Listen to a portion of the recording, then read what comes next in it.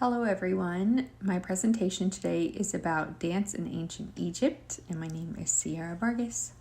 So dance played an important role in Egyptian society and was closely connected to religion, culture, and celebration. Throughout this presentation, I'll discuss where Egyptian dance began, who performed it, and what it looked like, the clothing and the music involved, and why studying it still matters today. So we'll go here to our first slide, origins of dance in ancient Egypt. So dance in the ancient Egypt has a very rich and lively history. Egyptian society depended heavily on the Nile River, which provided fertile land and supported their agricultural lifestyle. And because of this, many cultures, traditions, included dance, were connected to nature and the river. One of the most important gods associated with the Nile was Osiris, who represented life, death, and rebirth. These themes were extremely important in the Egyptian belief systems, and they were often expressed through dance and music. According to Gail Cassing, dance and song were used to celebrate these cycles of life and spirituality. Go to our next slide. When and where and when did Egyptian dance begin? Egyptian dance began in the Nile River Valley around 3000 BCE during the early development of Egyptian civilization. Much of what we know about Egyptian dance comes from tomb paintings, carvings, and artifacts discovered by archaeologists. These artworks often show dancers performing in ceremonies and celebrations. And dance played several roles in society. It was used during religious ceremonies to honor and communicate with the gods, during festivals and celebrations, and sometimes simply as entertainment during gatherings and banquets. So, how dance reflected ancient Egyptian culture. Dance in ancient Egypt reflected many important parts of everyday life and culture. So first, dance had a strong connection to religion. It was used to honor gods and goddesses and was often performed during temple ceremonies. Second, dance was an important part of festivals and those celebrations. Large community events included music, dancing, and the rituals that brought people together. Dance was also present during funerals and spiritual rituals because Egyptians believed in preparing the soul for the afterlife. Overall, Egyptian dance shows us how deeply religion and spirituality influence daily life in their society. So now we're going to get into characteristics and movement style of Egyptian dance. I love this.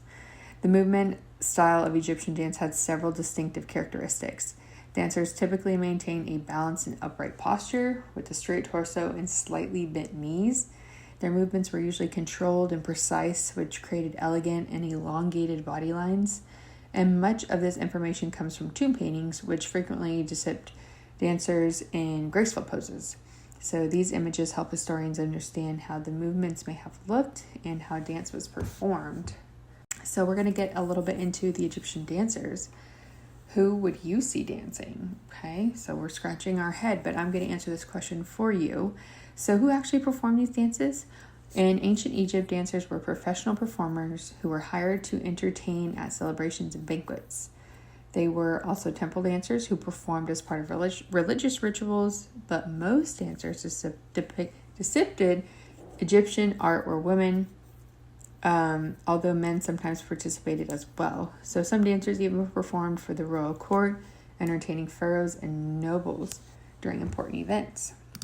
The costumes and the garments, one of the most beautiful parts to kind of tie the dance back together. Costumes were an important part of Egyptian dance performances, and costume refers to the type of dress worn for specific events or traditions. In ancient Egypt, dress would include not only clothing, but also those body modifications and accessories that we often see in these tomb paintings. For example, people would style their hair, decorate their skin, and wear specific garments depending on the event or ritual. These elements helped create a visual appearance that enhanced the dance performance. Of course, we have jewelry and decorative belts. What is dance without those? Jewelry was an important part of those dance costumes, so dancers often wore necklaces, bracelets, anklets, and decorative belts. And these accessories were not only decorative, but also helped emphasize that movement, especially in the hips and the waist. So when the dancers moved, the jewelry would catch the light and draw attention to the rhythm of their bodies. Next, we're going to go to our wigs and makeup. These were also very commonly used in Egyptian dance. So wigs were an important part of the Egyptian fashion, and many dancers wore elaborate hairstyles or wigs during those performances.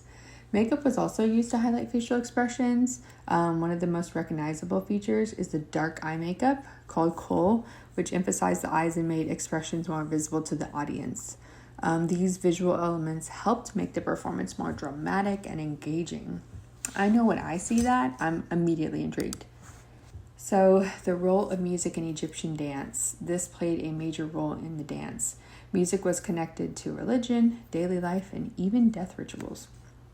Dancers usually performed alongside musicians who played instruments such as drums, tambourines, flutes, trumpets, harps, clappers, sistrums, and lutes, which I have pictured here for you to see today. The rhythm created these instruments helped guide the dancers' movements and timing. This close relationship between music and movement made dance performances more expressive and coordinated. So, why it still matters today? Studying ancient Egyptian dance is important because it helps historians understand how people expressed culture and beliefs thousands of years ago. Much of our knowledge comes from art and archaeology, including tomb paintings and artifacts that show dancers and musicians. Egyptian dance also helped shape the idea of dance as both ritual and entertainment, combining music, movement, and storytelling. By studying it, we can see how dance has always been a way for people to express religion, celebration, and cultural identity. These are the sources used for this presentation, including academic works by Gil Casing and research on music and dance in ancient Egypt. Thank you for your time.